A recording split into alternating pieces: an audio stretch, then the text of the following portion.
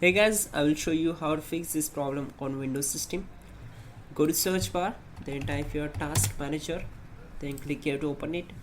Once you are here, we need to click on this run new task, then click on browse button. Once we are here, go to this PC, then double click on C drive, open it, then scroll down and open Windows folder. In the Windows folder, we need to find out system32 folder, open it. Now find out cmd.exe file, select it and click on open. Now check this box, create this task with administrative privileges and click on OK.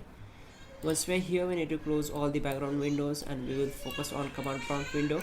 Now type this command, powercfg space slash hibernate space on and hit enter.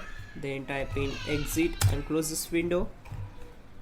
Again go to the task manager, click here to open it, then find out the Windows Explorer, just scroll down and you can also type W to find it quickly. Select it, right click on it and click on restart.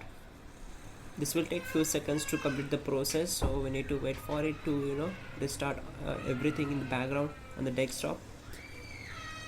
Once done, close this window and then simply we need to open Windows key plus R key, press Windows key plus R key together to open run, then type here services.msc and hit enter. Then find out Windows Update. Here it is. Right click on it, select properties, set startup type as automatic, click on apply and then OK. Then restart these services. So once done, in the last step we need to right click on the start icon, go to device manager. We need to find out here batteries, simply expand it, right click on the